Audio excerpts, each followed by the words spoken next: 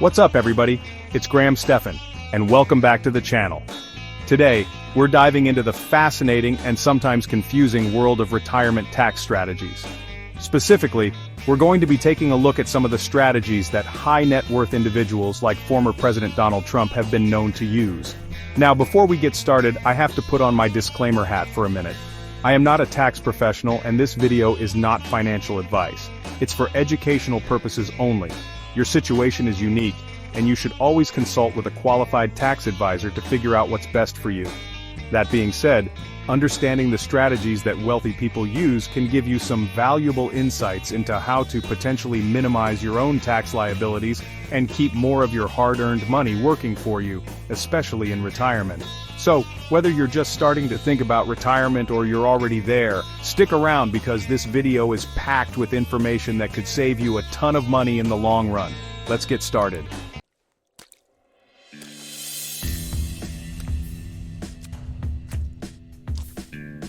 One of the most common and effective ways to build wealth for retirement is to take advantage of tax-advantaged accounts. These are accounts like IRAs and Roth IRAs that are specifically designed to help you save for retirement and offer some sweet tax benefits. Now you've probably heard of these accounts before, but let's break down exactly how they work and why they're so powerful. With a traditional IRA, you contribute pre-tax dollars, which means you get a tax deduction up front. Your money grows tax-deferred, and you only pay taxes when you withdraw it in retirement. A Roth IRA, on the other hand, works a little differently. You contribute after-tax dollars, so there's no immediate tax deduction. However, your money grows tax-free, and you don't pay any taxes on withdrawals in retirement. It's like a golden ticket to tax-free income. The key here is to choose the right type of account for your situation and contribute as much as you can.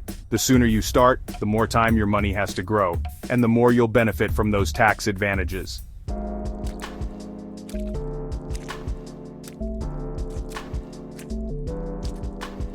Now, here's a pro tip for you: Roth conversions.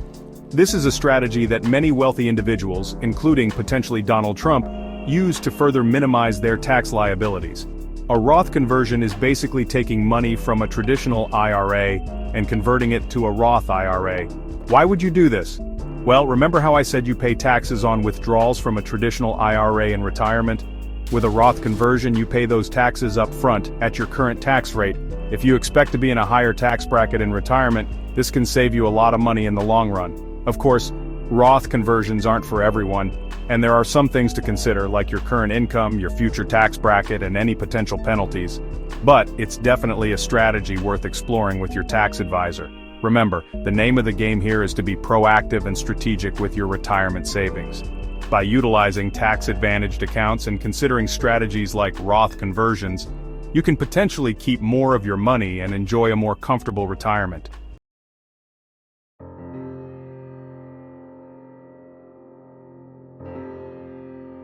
Alright, let's talk about real estate.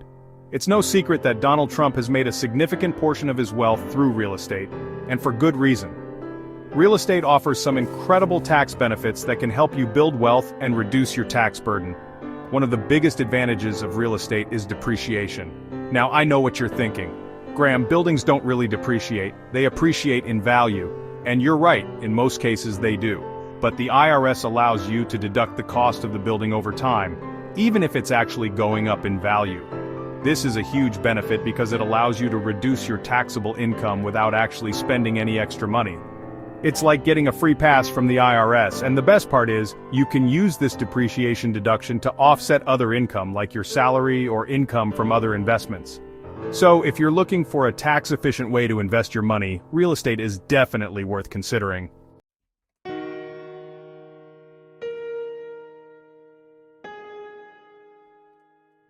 Now let's say you've invested in real estate and you're ready to cash in on some of those sweet profits. Well, the IRS is going to want their cut in the form of capital gains taxes. But don't worry, there's a way to defer those taxes and keep your money working for you. 1031 exchanges. A 1031 exchange, also known as a like-kind exchange, allows you to sell a property and reinvest the proceeds into a similar property without paying any capital gains taxes up front. It's like hitting the pause button on those taxes. There are some specific rules you need to follow, like identifying the replacement property within 45 days and closing within 180 days. But if you do it right, you can defer those capital gains taxes indefinitely and keep your money growing tax-free. This is a powerful strategy that many real estate investors use to build wealth and minimize their tax liabilities. And it's just one example of the many tax benefits that real estate has to offer.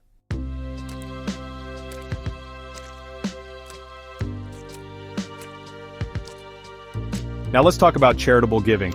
Donating to charity can reduce your tax burden. Imagine you bought Apple stock at $5 and now it's worth hundreds. If you sell, you're hit with a huge capital gains tax bill. Donate appreciated stock directly to a charity, and you get to deduct the fair market value. No capital gains tax, it's a win-win. Support a cause and keep more of your money. Consider setting up a donor-advised fund for long-term giving. It's like a charitable investment account. You get an immediate tax deduction and decide which charities to support over time. This gives you flexibility and control. Donate appreciated assets directly and avoid capital gains taxes. Maximize your impact and be strategic with your giving.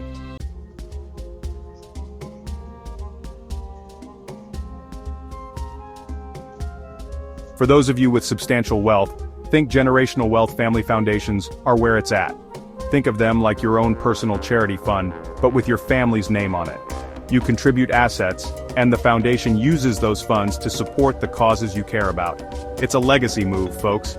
Setting up a foundation does come with some paperwork and ongoing costs, but the tax benefits and control you get are unmatched. You get to decide how the money is used, which charities to support, and even bring your family members on board to make it a true family affair. Plus, it's a great way to instill philanthropic values in your children and grandchildren. And here's another bonus. Donations to your own family foundation are tax deductible. This means you can reduce your taxable income while ensuring your wealth is used for a greater purpose. Remember, it's not just about making money, it's about making a difference. So, if you're serious about giving back and leaving a lasting legacy, a family foundation might be the perfect fit.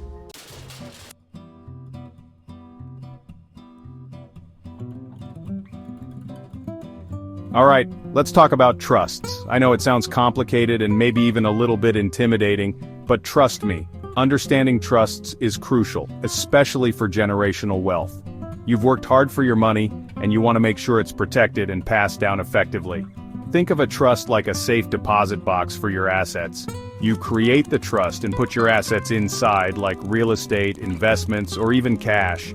Then you appoint a trustee to manage those assets for your beneficiaries. There are different types of trusts, each with its own rules and benefits. One popular option is an irrevocable trust. This type offers significant tax advantages because assets are no longer part of your taxable estate. This can save your heirs a ton of money on estate taxes. But remember, with an irrevocable trust, you generally can't change your mind later on. Consult with a qualified estate planning attorney to make sure it's the right fit for your situation.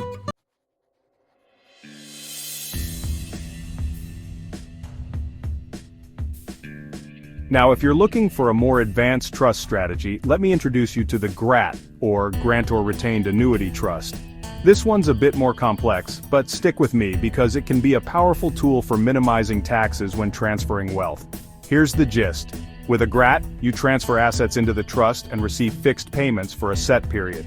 This payment stream is based on the value of the assets at the time of transfer. At the end of that period, whatever's left in the trust goes to your beneficiaries, often your children or grandchildren, ideally with minimal gift tax consequences.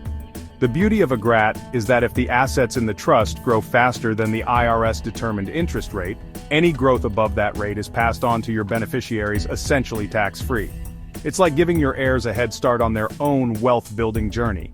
However, just like with any complex financial strategy, setting up a GRAT requires careful planning and expert advice. You'll want to work closely with an experienced estate planning attorney and financial advisor to make sure it aligns with your overall financial goals and minimizes potential tax liabilities.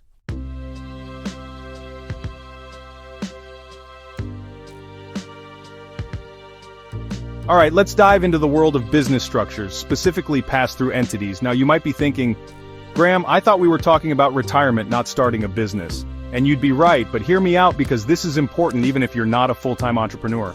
See, many high-net-worth individuals, including yours truly, structure their businesses as pass-through entities like LLCs or S corporations for a very specific reason: taxes. It's all about maximizing deductions and minimizing your overall tax burden. Who doesn't love that, right? Here's how it works. With a pass-through entity, the business income isn't taxed at the corporate level. Instead, it passes through to the owner's personal income tax return. This means you avoid the dreaded double taxation that comes with traditional corporations, where profits are taxed once at the corporate level and again when distributed to shareholders. Plus, by utilizing a pass-through entity, you can often take advantage of something called the Qualified Business Income Deduction, or QBI deduction. This allows you to deduct up to 20% of your qualified business income, which can significantly reduce your taxable income and, you guessed it, your overall tax bill.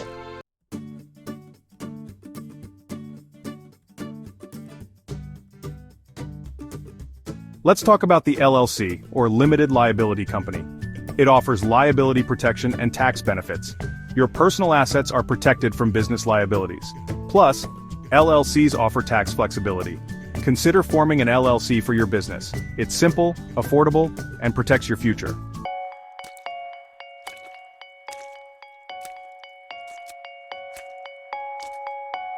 Now let's talk about a strategy that might surprise you: life insurance.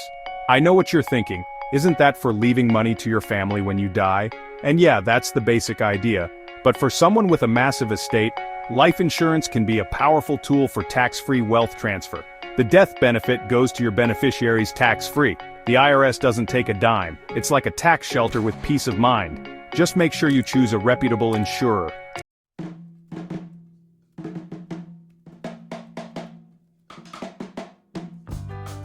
Now, I'm not saying everyone needs to run out and buy a massive life insurance policy, but if you're building wealth and thinking about your legacy, it's definitely something to consider. Especially if you're worried about estate taxes eating away at your hard-earned money. Remember, estate taxes can be a real killer. We're talking 40% or more of your assets going straight to the government. That's why the wealthy often use life insurance as a way to offset those potential taxes. They create a policy with a death benefit large enough to cover a significant portion of their estate tax liability, ensuring their heirs receive the full inheritance. And it's not just about death benefits either. Remember that cash value component we talked about? Well, that can be used strategically as well. For example, you can use it to supplement your retirement income, or even borrow against it to fund other investments. It's like having a secret stash of cash that's also growing tax-deferred. Of course, life insurance isn't a get-rich-quick scheme, and it's not without its complexities.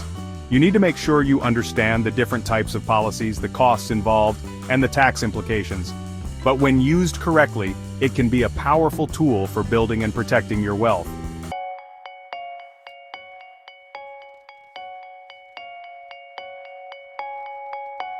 Let's dive into minimizing capital gains taxes. Whenever you sell an asset for a profit, Uncle Sam wants his cut. That's where capital gains taxes come in. Understand the difference between short-term and long-term gains. Short-term gains are taxed at your ordinary income tax rate. This could be as high as 37%.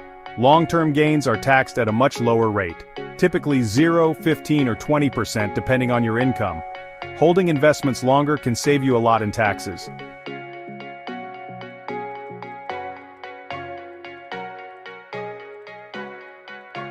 Holding on to investments long-term isn't always easy.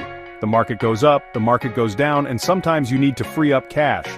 Tax loss harvesting helps minimize capital gains taxes. Sell losing investments to offset gains, reducing tax liability. Be strategic. Consider investment horizon and risk tolerance. Don't sell just for tax benefits if there's long-term potential.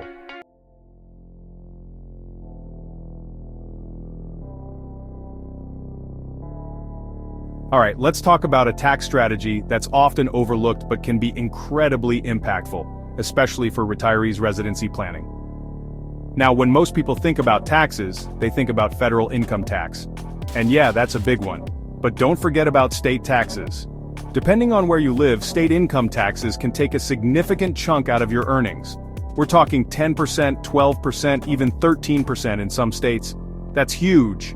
But the good news is you have the power to choose where you live and, more importantly, where you pay taxes. Now, I'm not saying you have to pack your bags and move to a deserted island to avoid taxes, but if you're strategic about it, you can significantly reduce your tax burden by relocating to a state with more favorable tax laws.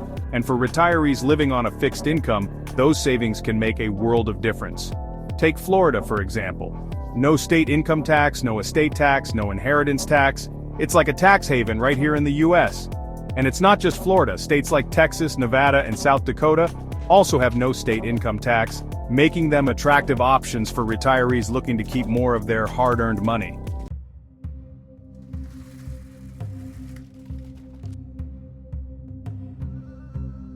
Now, I know what you're thinking. Graham, it's not that easy. I can't just up and move to a new state.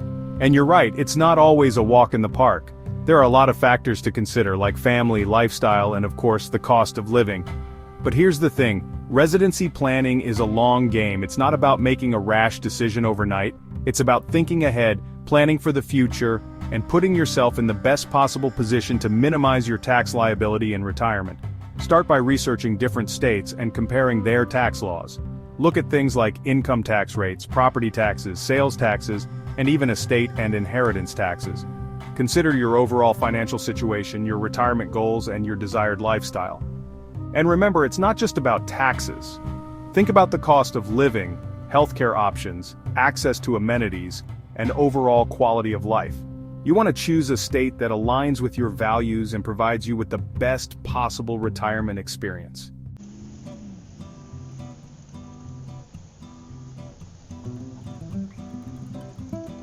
Now, let's talk about something near and dear to my heart, and apparently trumps to real estate. Even in retirement, owning rental properties or staying involved in development projects can unlock a treasure chest of deductions. We're talking about deducting property taxes, mortgage interest, repairs, and even travel expenses related to managing those properties. And hey, it's not just about fancy skyscrapers. Even if you're renting out a modest single-family home, those deductions add up. Remember, the name of the game is to reduce your taxable income. Every dollar you legally deduct is a dollar the IRS can't touch. But here's the thing, it's not just about owning real estate, it's about actively participating. You can't just be a silent investor kicking back and expecting to reap all the tax benefits. You need to be involved in making decisions, overseeing operations, actually working the business. So, if you're already a real estate mogul like our friend Donald, consider staying active in retirement. And if you're not, well, it might be worth exploring. Who knows? Maybe you'll discover a passion for property management while you're at it.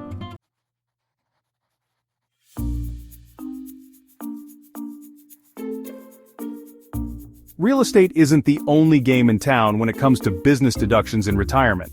Think about it. You've got a lifetime of skills and experience. Why not start a consulting business, offer your expertise as a freelancer, or even turn that hobby you love into a side hustle? The beauty of running a business, even in retirement, is that it opens up a whole new world of potential deductions. Office space in your home? Deductible. Travel expenses for that conference you're speaking at?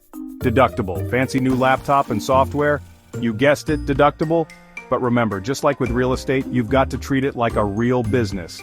Keep accurate records, track your income and expenses meticulously, and stay on top of those pesky tax deadlines. The IRS doesn't mess around, and neither should you. Now, I know what you're thinking. Graham, this sounds like a lot of work. And you know what? It can be. But remember, the potential tax savings can be significant. Plus, running a business can provide a sense of purpose and fulfillment in retirement. It's a win-win. All right, let's talk about estate tax minimization. For those with substantial assets, minimizing estate taxes is crucial. Thanks to the current estate tax exemption, most don't worry about hefty taxes. But for those with a serious nest egg, like a former president, it's essential to plan early and maximize this exemption. The estate tax rate can be up to 40%.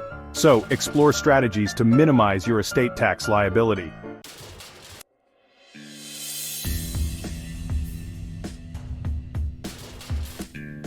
Now, if you're dealing with a sizable estate, especially one that includes complex assets like family businesses or real estate holdings, things can get a little trickier. That's where valuation discounts come into play. See, when the IRS assesses your estate for taxes, they look at the fair market value of your assets. But here's the thing, Determining fair market value can be subjective, especially for illiquid assets like privately held businesses. There's no stock market ticker telling you exactly what it's worth, and that's where you can get strategic.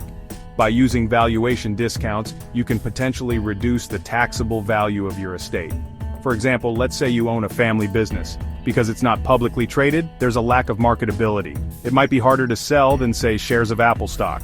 This lack of marketability can justify applying a discount to the business's value for estate tax purposes. Similarly, if you own a minority stake in a business or a piece of real estate with restrictive covenants, you can argue for discounts based on lack of control or restrictions on use. It's all about presenting a compelling case to the IRS and supporting it with solid documentation.